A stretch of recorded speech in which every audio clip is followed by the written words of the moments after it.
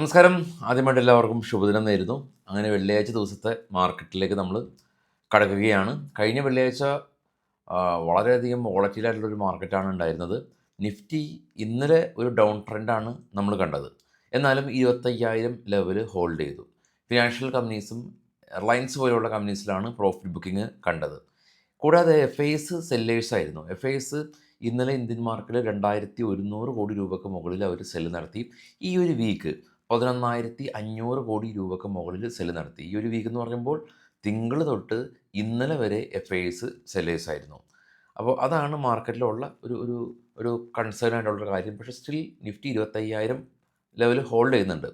നമ്മുടെ market close ചെയ്തതിന് ശേഷം യൂറോപ്യൻ മാർക്കറ്റുകളും നെഗറ്റീവായിരുന്നു, മിക്സഡ് ആയിരുന്നു. റിസൾട്ടിന് നെഗറ്റീവായിട്ടുള്ളൊരു റിയാക്ഷന് ശേഷം ഗൂഗിളിൻ്റെ റിസൾട്ട് വന്നു. ഗൂഗിളിൻ്റെ ഒരു പോസിറ്റീവായിട്ടുള്ള റിസൾട്ട് വന്നതിന് ശേഷം ഇപ്പോഴാണ് മാർക്കറ്റ് പോസിറ്റീവായിട്ട് നിലകൊള്ളുന്നത്. ഇന്ന് നമ്മുടെ മാർക്കറ്റിൽ Bajaj Finserv, bank of Baroda, Laurus lab, Cipla തുടങ്ങിയ ഒരുപാട് കമ്പനീസിൻ്റെ റിസൾട്ട് വരുന്നുണ്ട്. ഗ്ലോബൽ മാർക്കറ്റ് ഒന്ന് കണ്ടുവരാം. ഗ്ലോബൽ മാർക്കറ്റിൽ കാണാം ഏറ്റവും താഴെ ക്ലോസ് ആയ നാസ്ഡാക്ക് ഫ്ലാറ്റ്, അതിന് മുകളിൽ ക്ലോസ് ആയ ഡോ 316 പോയിൻറ്റ് മൈനസ്. അതിന് മുകളിൽ 3 യൂറോപ്യൻ മാർക്കറ്റ് ആണുള്ളത്. പിന്നെ ഇപ്പോൾ ട്രേഡ് ചെയ്യുന്ന ഡോ ഫ്യൂച്ചർ കാണാം 87 പോയിൻറ്റ് പ്ലസ്. ജപ്പാൻ മാർക്കറ്റ് 2 ദിവസത്തെ റാലിക്ക് ശേഷം സ്ലൈറ്റ്ലി ഒരു പ്രോഫിറ്റ് ബുക്കിംഗ്. ഏഷ്യൻ മാർക്കറ്റുകളെല്ലാം തന്നെ ഒരു കൺസോൾട്ടേഷൻ റേഞ്ചിലാണ് ഉള്ളത്. കുറച്ച് സ്റ്റോക്കുകളുടെ വാർത്തകളിലേക്ക് പോകാം. ബൈസൽ റെക്കമെൻഡേഷൻ അല്ല. REC കമ്പനി 29% നെറ്റ് പ്രോഫിറ്റ് ഉയർത്തി. അദാനി എൻ്റർപ്രൈസിനെ സംബന്ധിച്ചുള്ള ന്യൂസ് ഉള്ളത്, ഇവർ മെൽറ്റ് ട്യൂബ് എന്ന് പറയുന്ന ഒരു മൗറീഷ്യസ് ബേസ് ആയിട്ടുള്ള കമ്പനിയായിട്ട് 50-50 ജോയിൻറ്റ് വെഞ്ചർ കരാറിൽ കോപ്പർ ട്യൂബ് സെഗ്മെൻറ്റിൽ ഇവർ ബിസിനസ് ചെയ്യാനായിട്ട് തയ്യാറെടുക്കുന്നുണ്ട്. CNT company 7% year on year net പ്രോഫിറ്റിൽ വർധനവ് രേഖപ്പെടുത്തി 153 കോടി രൂപ. റവന്യൂ 5% ഉയർന്നു. ക്ലാർക്ക് കമ്പനി നെറ്റ് പ്രോഫിറ്റ് 26% ഉയർത്തി 141 കോടി രൂപ കരസ്ഥമാക്കി. BEL കമ്പനിക്ക് 523 കോടി രൂപയുടെ ഓർഡർ കിട്ടി. GR ഇൻഫ്ര കമ്പനി 190 കോടി രൂപയുടെ ഓർഡർ കിട്ടി.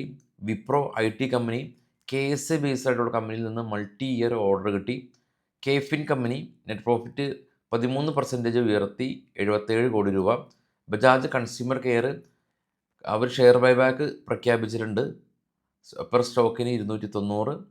സംഭവ് സ്റ്റീൽ കമ്പനി 24 കോടി രൂപയിൽ നിന്ന് 33 കോടി രൂപയിലേക്ക് പ്രോഫിറ്റ് ഉയർത്തി.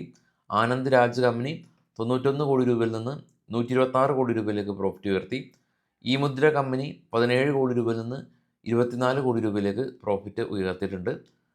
അപ്പോൾ നിഫ്റ്റി എല്ലാ ആളുകളും ഇട്ട് നോക്കുന്നത് 25,000 ലെവൽ ഹോൾഡ് ചെയ്യുമോ എന്ന് ആണ്. എഫ്.ഐ.എസ് ഒരു ബൈയിങ് മോഡലിലേക്ക് വരാണെങ്കിൽ നിഫ്റ്റിക്ക് നമ്മൾ കണ്ടതുപോലെ തന്നെ ഇപ്പോൾ എഫ്.ഐ.എസ് ഈ ഒരാഴ്ച മുഴുവൻ സെല്ലേഴ്സായിട്ട് പോലും DISൻ്റെ ഒരു സപ്പോർട്ടോട് കൂടിയിട്ട് നിഫ്റ്റി 25,200 മുകളിൽ 2 ദിവസം ക്ലോസ് ചെയ്തിട്ടുണ്ട്. അപ്പോൾ എഫ്.ഐ.എസ് ബൈയിങ് മോഡലിലേക്ക് വരാണെങ്കിൽ മാർക്കറ്റിന് മുന്നോട്ടുള്ള പോക്ക് വളരെയധികം സുഗമമാകും. അതല്ലെങ്കിൽ ഇതുപോലെ തന്നെ കൺസോൾട്ടേറ്റ് ചെയ്ത് നിൽക്കും.